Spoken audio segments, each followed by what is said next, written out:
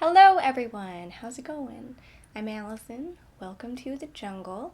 Today we're going to be talking about exploring our past, taking a deep dive into our subconscious, letting our imagination bring forth possibly some discomfort, some dynamics of the past, some feelings that we're not maybe totally aware of, that maybe we're suppressing, that maybe we're holding on to, and just exploring that to ease the discomfort that does come along with thinking about our past, oftentimes. But before we do so, I want to invite you to grab a glass of water for watching this video because hydration is just the best. It's the bomb diggity, okay? I'm rolling my eyes at myself. That was kind of extra. So, I am not recommending anyone really put themselves through pain and retraumatization by exploring something, maybe like a certain event, that was really, really particularly overwhelming for you. That's not what I'm saying, okay? Today, I am just inviting you guys to meditate and visualize yourself in your past, to gain some awareness of who you are and what's going on behind, the mask that you put on to the world and even to yourself.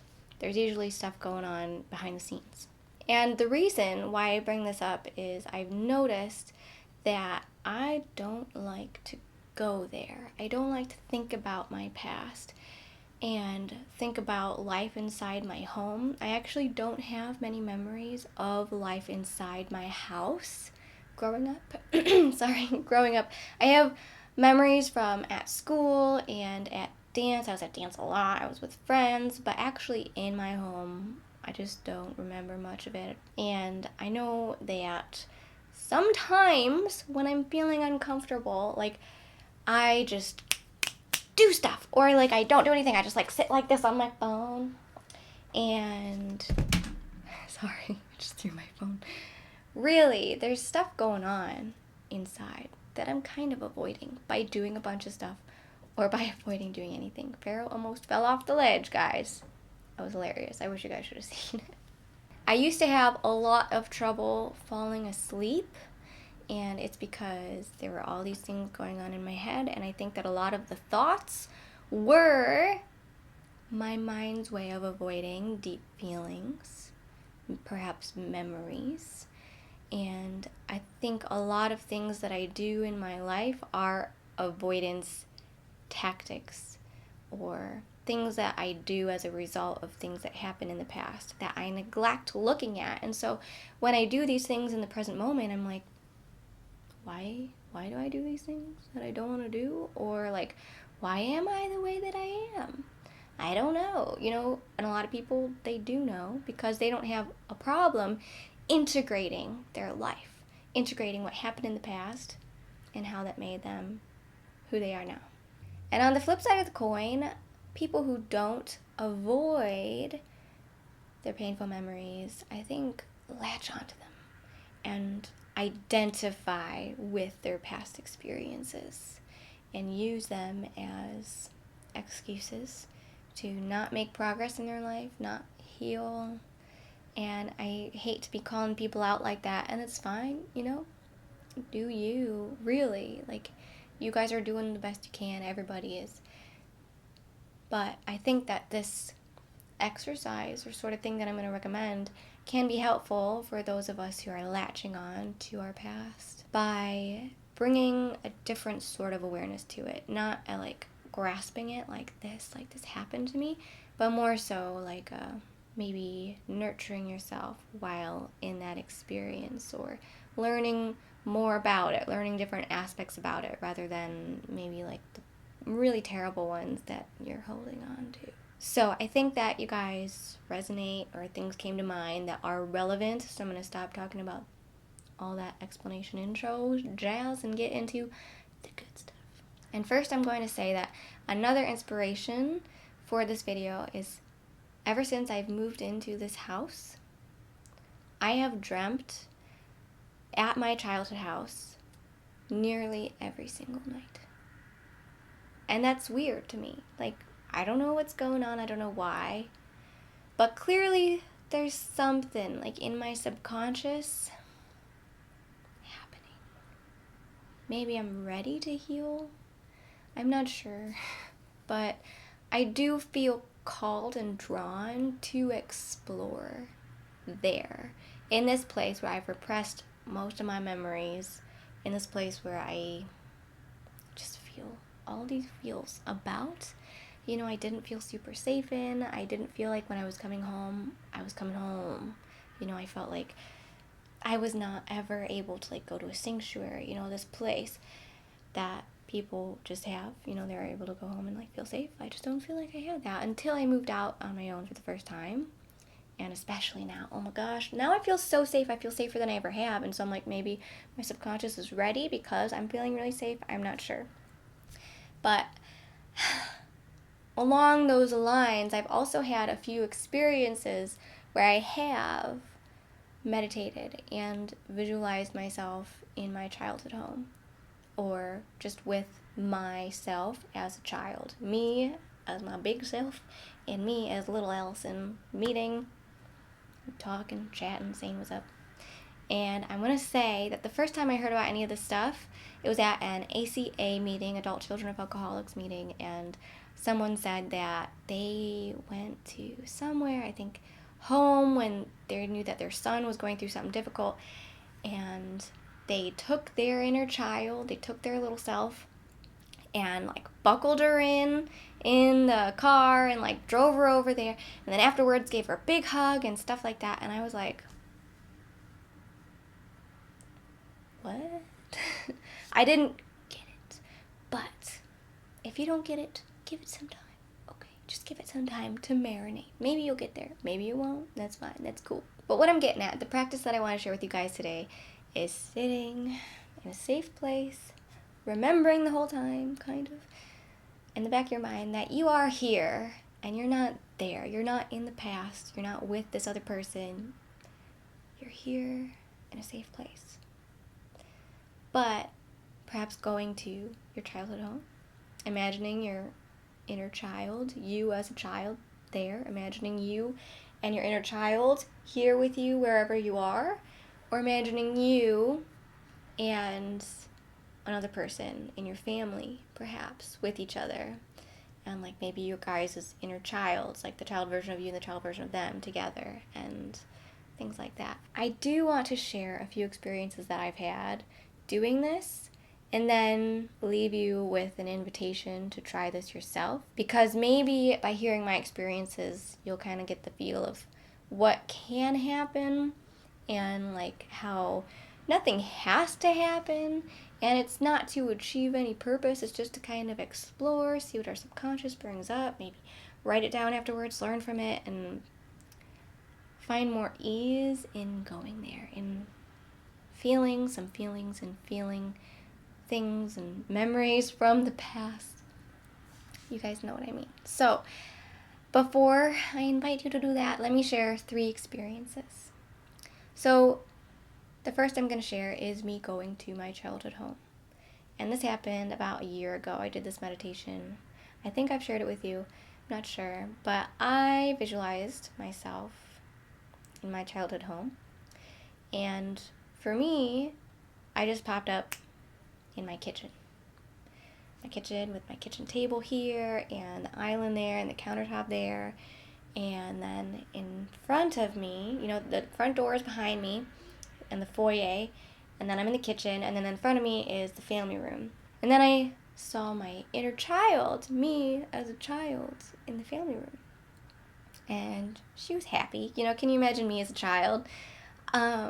Just bubbly, happy, like, that version of me as a child was there in the family room. And I was like, oh, hello, how's it going? I don't know. And I started thinking, like, looking at her, she was looking at me, like, kind of thinking about how we were looking at each other, what she might be thinking, what I was thinking of her. And then I don't know, some other things happened, and then my mind thought about upstairs. So like behind me and like up the stairs into like where all the bedrooms were. And for some reason, my little Allison, just stopped smiling, stopped being all bubbly. She just didn't want to go there. She was like, just not having it. And I was like, what? That's pretty weird. But not in the moment. I didn't like judge it that way. I just think like, wow, looking at that, that's kind of interesting. But in the moment I was like, oh, like nurturing and caring for my little me. And I like was like, okay, come on, we're going to go. We don't have to go up there. We're going to leave. And so she didn't want to move. And so I went and I started like walking her to the front door. And she was kind of resisting, but I, as the big person, was like, we're leaving, you know, and like took control of the situation, left. And then I like picked her up and like took her outside and put her in my car, buckled her in like nice and safe. And then like held her hand before I walked her around the car. Because, you know, even that little separation, for someone who's fearful, like afraid, not vibing with whatever's going on, could be painful. And so like I made sure to like look at her. It's like I went and got in the driver's seat, and like all of this is such weird, not weird, but you guys know what I'm saying, imagery. It's me imagining me like taking care of my inner child, having us leave the situation, me in the driver's seat, me like guiding the way, you know, me noticing when something's wrong and doing something about it. And there's something healing about it. And so I didn't push myself to be like, what's going on? Let's go upstairs and see like how you react. I'm not trying to re-traumatize myself, and I wasn't trying to do anything, honestly. But that's just what came to mind. And thinking about it is just, it's just cool. It was just a cool experience. And I'm going to go forth into this weekend, I think, and year, just a whole year, taking note, you know, of where my inner child's at, connecting with that, connecting with my past more often, seeing what comes up, stuff like that. Let's take a drink of water. Excuse me. That's been trying to come out. Moving on, the second visualization that I practiced was visualizing myself and a loved one as our inner children, and a cord between us, because I was feeling super codependent. I remember at the time I went to a Codependent Anonymous meeting, and people were talking about how they felt free, and I'm sitting here like, I literally can't imagine ever not feeling a part of this person and disconnected from them, and okay even if they're not okay, and they're never gonna be okay. So I can't imagine ever feeling okay. Like, I don't know how you guys are feeling this way. And I wanted an answer, and everyone was like, just keep trying, you will make it. And I'm like, no, tell me how. And at this time I tried this visualization, and there was this like green viney cord in between me and this person, right from our core, like from our belly button, this like almost filling up our whole core in between us. And I remember cutting like from the bottom up, and it tearing, you know, and then like us being apart, but then them coming back together, and like the vine like regrowing, and me cutting it again and cutting it again, and I cut it like 9 times. And the thing is, like, it was hard for me to stay in that visualization for that long. Also, it's like my subconscious is like, stop it. Like, I'm tired, you know. I got subconsciously tired in this way of doing this thing, this weird thing that could be nothing in the grand scheme of things. I don't know. I tried to do this, but it just kept coming back. And I remember at the very end, I just like imagined us staying apart purposefully, and us like having our own little like auras around ourselves, and like these bubbles, and then us like kind of floating up and feeling free.